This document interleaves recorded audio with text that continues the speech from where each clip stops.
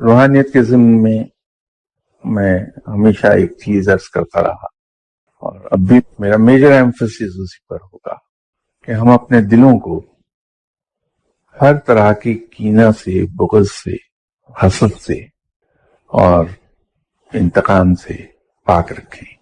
اور اس کا سب سے آسان طریقہ یہ ہے کہ ہم اس چیز کی مشق کریں. کسی شخص سے بھی غلطی ہونے سے پہلے ہی اس کی غلطی کو معاف کر دیں.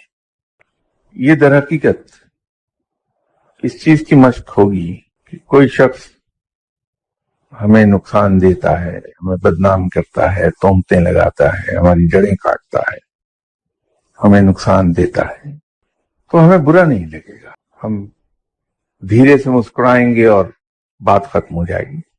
تو جب برا ہی نہیں لگے گا تو دل میں کیا بیٹھنے کوئی بات. اور جب دل نہیں دکھے گا، دل میں بات ہی نہیں آئے گی، تو کسی کے خلاف کدورت کیسی اور کینہ کیسا اور انتقام کیسا بعض کا ہوتا ہی ضرور ہے. بالکل اسی طرح جیسے آپ اپنے بیٹے کو کسی بری بات سے منع کرنے کے لیے بعض اوقات اونچی آواز میں بول دیتے ہیں. آپ کی آواز میں ظاہراً غصہ ہوتا ہے، لیکن بیٹے کے لیے کبھی دل میں غصہ نہیں آیا، وہ اسی لمحے ختم ہو گیا جو ہی ہم نے کچھ کہا.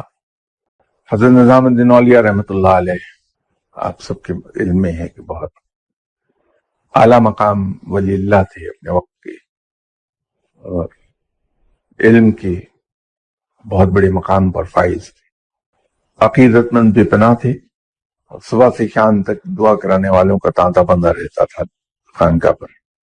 تو جہاں اتنے عقیدت مند تھے وہاں ایک صاحب تھے جو کوئی موقع ہاتھ سے جانے نہیں دیتے تھے جس میں جناب حضرت نظام الدین اولیاء کو بدنام نہ کریں، حتیٰ کہ وہ بادشاہ وقت کے کان بھرتے رہتے تھے.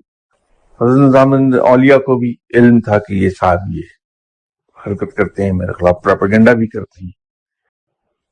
ایک دن ایک عقیدت مند تشریف لائے حضرت نظام الدین اولیاء کے پاس اور آ کے عرض کی کہ حضرت وہ فلاں صاحب جو تھے آج ان کی ڈیتھ ہو گئی. حضرت نظام الدین اولیاء نے اس پر دکھ کا اظہار کیا اور کہا کہ اٹھو چلو اس کے کفن دفن کا بندوبست کرتے ہیں.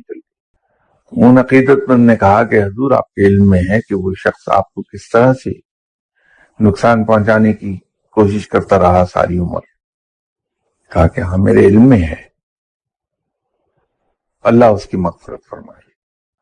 حضرت نظام الدین اولیاء اٹھے ہوتے جگہ سے تشریف لے گئے اس آدمی کے گھر عقیدت مندوں کے ساتھ، اور جا کے اپنے دستے مبارک سے اسے غسل دیا، اس کی میت کو جیب سے کفن دفن کا بندوبست کیا اور اسے قبر میں اپنے ہاتھوں سے اتارا بڑی محبت سے.